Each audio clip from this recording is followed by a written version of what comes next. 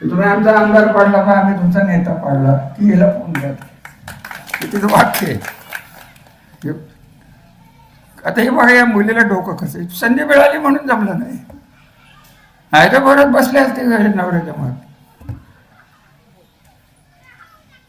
ह्या लोकांच्या नादाला लागता कशाला? ही लढाई मी शेवटची करणार आहे, तुम्ही माझ्यासाठी करणार नाही हे तुम्हाला पक्क सांगतो.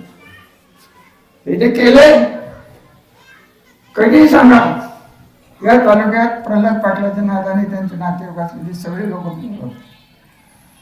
माझ्याकडनं कधी त्यांना त्रास झाला सांगा ना रमेश? तुमच्या तालुक्यात उलटी, तुमच्या गावात उलटी सुलटी होती. कधी आपण सत्तेचा गैरवापर करून सर्व सर्वसामान्य माणसाला, आता मला कार्यकर्ते म्हणतात ते करतात ते तुम्ही केलं असतं ती वेळ आली नसती बाबा आपल्याच्या म्हणतात. आम्हाला पराभव स्वीकारायला लागला तरी आम्हाला आमच्या घराला काही नवीन नाही दिलं. माझं सोडून द्या, मला भरपूर मिळालं तुमच्या सगळ्यांच्या कृपेने, आणि तिचं उतराई होण्यासाठी मी केलेलं कष्टाचं श्रेय फक्त हे घेतात.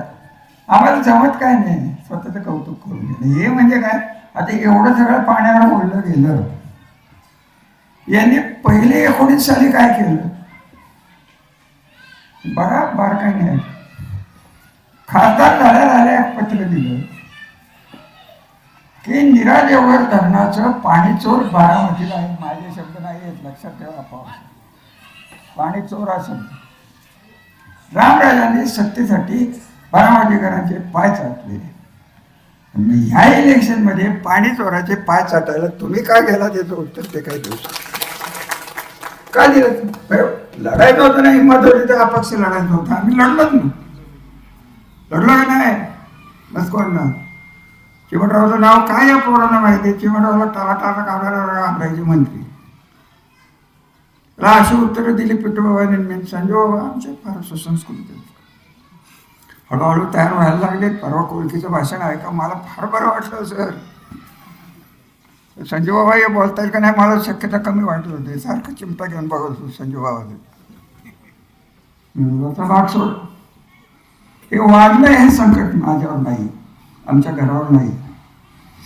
आमच्या घराने 57ला माझ्या आजोबांचा पराभव स्वीकारून आम्ही परत लोकांच्यात गेलो.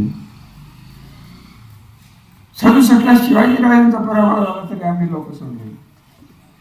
हे बुक्कड आलं गेलं, आम्हाला कशाचा पराभव आला? आजही आता कोणतरी म्हणलं, संजय बाबा म्हणले, हे आपल्या मागे असलेला विश्वास आणि तुमच्या नवीन आधुनिक शब्दात म्हणायचं तर राजेगड हा ब्रँड आहे.